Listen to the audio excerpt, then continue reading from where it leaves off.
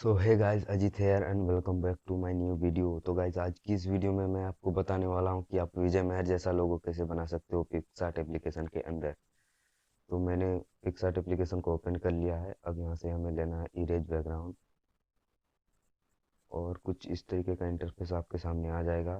तो आपको यहाँ से आना है ड्रॉ के टूल पे, एंड ड्रॉ के टूल पे आने के बाद आपको एक और एम्प्टी लेयर लेना है और यहाँ से शेप्स पे क्लिक करके आपको ट्राइंगल को ले लेना है और यहाँ से स्लाइड करके नीचे फिल को ले लेना है।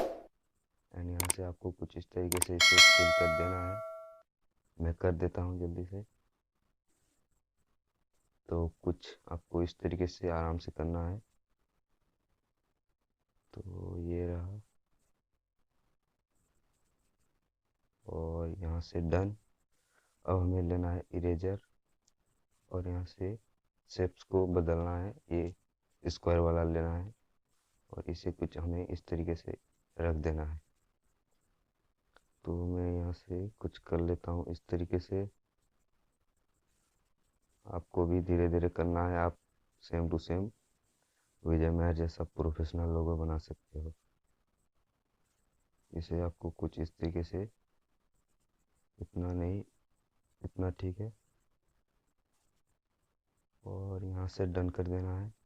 डन करने के बाद आपको फिर से आना है शेप्स पे और ट्राइंगल को ले लेना है और इसे कुछ आपको इसे डाउन कर देना है नीचे की ओर और इसको हमें कुछ रख देना है लगभग इतना सही है। और यहाँ से डन। और डन करने के बाद हमें थ्री डॉट पे क्लिक करके इसे हम मर्ज कर लेते हैं और यहाँ से कर देते हैं डन। अब हमें जो है इस पर अपना नाम लिखना है। आपका जो भी नाम है आप वो लिख सकते हो। तो यहाँ पर मैं टेक्स्ट पे क्लिक करूँगा।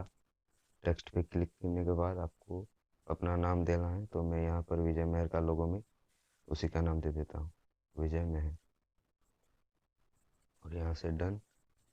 और आपको इसे कुछ स्पेस के जैसा करना है धीरे धीरे।